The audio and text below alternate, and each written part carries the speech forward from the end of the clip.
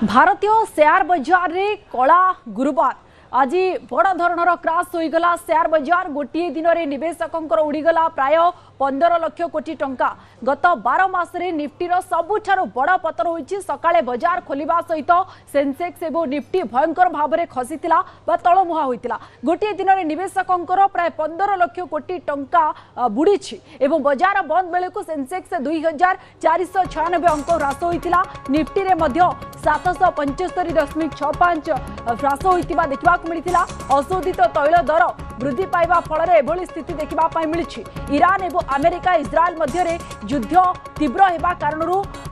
Crude oil 4% ठारू अधिक वृद्धि पाई प्रति बैरेल दर रही 111.78 डॉलर रही। भारत जार कि अधिकांश तेल बाहर आमदानी करिଥାଏ सेहीपरि तेल दाम जदि बढ़िबो ताले महंगाईर बढ़िबार निहाती भाव संभावना रही है। तेणु कंपानी मानकर लाभ कमी जाए। विशेषज्ञ मानकर मत अनुसार युद्ध थमु नथिबारु तेल दाम निवेशक मानकु भयभीत करुछि। आ एबे लोक निवेशक माने मध्य मुह फेराउछंती सेमानकर जो टंका से निवेश करने चाहूँगी। गोटे पटे कहीं एभली स्थिति होउछि ताकु नै कि आमे आलोचना करबा। हम सहित जोड़ी होउछंती अर्थनीति विशेषज्ञ राजनारायण त्रिपाठी होउछंती। श्रीयुत त्रिपाठी आपनको स्वागत करूछि ए आलोचना को। एबे जो भली आमे ब्लड बाथ देखिबा पई पाउछंती शेयर मार्केट रे लगातार भाव में युद्ध आरंभ रु ही खसी चलीछि एवं कौनसी प्रकार स्थिति गोटे असंभाल स्थिति को जाउछि कहीं स्थिरता आमे देखिबा को पाउ रहंती। ये स्थिति सुधरिबार किछि संभावना आपण देखुछंती कि? देखो जिते दिन जाए युद्ध परिस्थिति लगी रही से पर्यंत ये अस्थिरता देखा अर्थनीति रे। यार मूल कारण देखो जो अवस्था अर्थनीति बर्तमान गति करुछि डे टू डे तेल प्राइस जोटा आम कहे क्रूड पेट्रोलियम तार क्रूड ऑयल तार एक्चुअल प्राइस बढ़ी बढ़ी चली जोटा 75-77 टंका भितर ट्रेड करथला सी आज डेट रे 115-116 को क्रॉस कलानी एवं देखा जाउछि जदि युद्ध आउ किछि दिन चलिला ये पाखापाखि 150 को भी क्रॉस करिवो। द्वितीय आपण जो देखिबे जे क्रमागत भाव में फॉरेन इंस्टीट्यूशनल इन्वेस्टर्स से माने मध्य तांकर जो माने होल्डिंग्स रखिथिले कैपिटल मार्केट से माने सेल कर चाउछन्ती।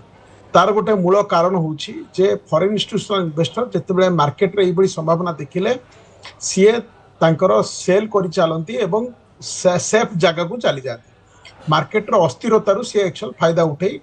सी तांकर जोठी जे निरापद देखिले सी सेठी इन्वेस्टमेंट कर चलती एवं प्रॉफिट बुक करती मध्य।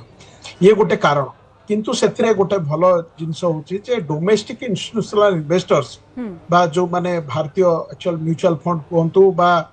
अलगा इंस्टीट्यूशनल इन्वेस्टर्स से माने किनिबा जारी रखुछन। जदि डाटा देखिबे से माने किनिबा जारी रखुछन किंतु फॉरेन इंस्टीट्यूशनल इन्वेस्टर सेल करछन। ता भीतर देखिए एते मात्रा रे सेल होची जहा फल रे एवं जो डॉलर रो जो कन्वर्सन प्राइस रुपी को जो देखिए सेटा आज सर्वनिम्न को पहुंची 93 टका 27 पैसा को पहुंची। तेणु सेटा भी यही फॉरेन इंस्टीट्यूशनल इन्वेस्टर्स जो शेयर सेल करिबार ये गोटे कारण। तेणु ता सहित मध्य जो आमे इंपोर्ट करूचे तेल प्राइस जेतेबेले बढ़ी चली पेट्रोलियम प्रोडक्ट्स गुडाकर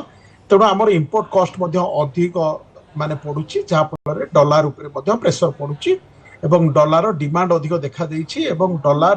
रो एप्रिसिएशन मध्य सेही अनुसार रुपी तुलना रे होछि। तेणु एगुड़ा सब गोटे गोटे कारण जो कहली जे हमर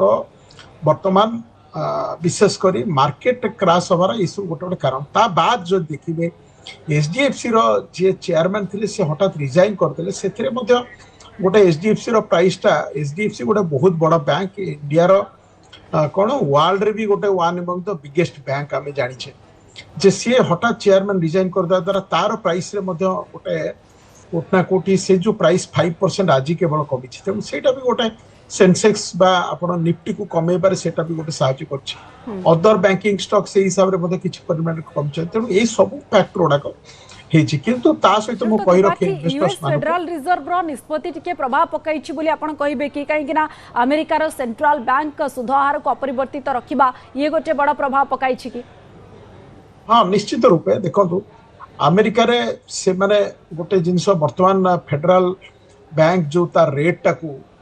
कमेवा जो भावुले गोटे समय भावुले जो अर्थनीति उपर चाप कम पड़ो जदि रेट टा कमा हुए किंतु वर्तमान परिस्थिति जो मुद्रास्फीति बढ़ी चली रेट कमे ना से रेट टाक स्थिर रखिंट तेणु सेटा रेट स्थिर रखा द्वारा आपण कौन से ना कौन सेटा स्थिर रखले सेटा चाप पड़ी ता बाद किंतु मो इन्वेस्टर्स मान कही रखे भारतीय अर्थनीति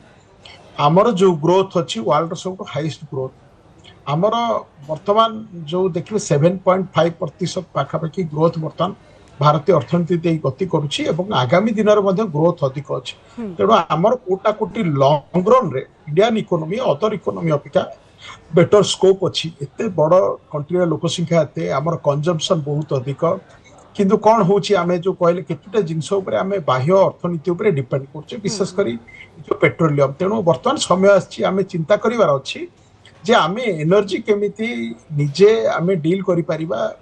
पेट्रोलियम प्रोडक्ट्स ऊपर केते कम डिपेंड करिबा एक तो हमकु रिजर्व परिमाण बढ़ेबार अछि दुई रे हमकु जो पेट्रोलियम प्रोडक्ट्स ऊपर डिपेंडेंसी कम करिया पले जो इथेनॉल बेस जोटा अछि ताकु टिके केते बढ़ई परिबा सेटा गवर्नमेंट मध्य ता ऊपर स्ट्रेस देइछि ता बाद मध्य जो कोल बेस्ड आमे जो एनर्जी ताकु मध्य एक्चुअल अधिक भाव रे व्यवहार करि परिबा पेट्रोलियम प्रोडक्ट्स ऊपर आमे केमति डिपेंडेंसी कमै पारे एवं रिजर्व बढ़ई परिबा एवं हमर डाइवर्सिफिकेशन करिबा मध्य आनिया पे ए सब जिंस गवर्नमेंट मध्य चिंता करूछि ए लाइट रे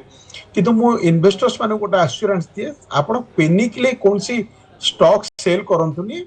आपण जदु माने long run investors share market रे बहुत धैर्यर आवश्यकता थाए धैर्यर सहित निवेश करबा पय आपण मध्य मतामत रखुछन्ति तो त्रिपाठी एबे शेयर मार्केट रो नै सुना पर्यंत सुना रूपा दर सबुठी एबे हलचल देखिबा पय हमें पाउछन्ति निवेशक माने मध्य सुना को बिक्री करि देउछन्ति डॉलर मुहा हेलेनी तेनु वर्तमान समय टिके शेयर मार्केट रो जदी हमें बाहरी बात आले सुना किनिबार गोटे सठिक समय बोली आपण कहिबे कि देखंतु मो समस्त व्यूअर्स मानु कहि रखे आपण गोटे एसेट क्लास रे सबले इन्वेस्टमेंट न करी डिफरेंट डिफरेंट ईयर आमे जेमति कोनतु रिस्क फ्री प्रोडक्ट अछि बैंक रे लोक बैंक उठे दे सबुडा का मार्केट रे पके दुथले एटा गोटे ठीक नय आपण किछटा सेफ रे रखंतु जेमति कहले आपण गोल्ड रे किछि रखंतु मार्केट रे आपण डायरेक्टली जदी मार्केट ऊपर नॉलेज अछि मार्केट रे किछि परिमाण रे पकांतु एक्चुअल म्यूचुअल फंड रे पकांतु तेनु गोटे डाइवर्सिफाइड आपण इन्वेस्टमेंट करंतु ता बाद मध्ये आपण मार्केट रो रिस्क ता कोन बुझो इन्वेस्टर्स माने आपण करे मतामत को सुनुथिबे निश्चित भाबरे एवं से माने कोनोसी प्रकार स्टॉक को सेल करबा पूर्वरो किबा किनिबा पूर्वरो ए सब कथा को ध्यान रखिबे धन्यवाद राजनारायण त्रिपाठी थिले हम सहित अधिक संपर्क रे आलोचना करूथिले।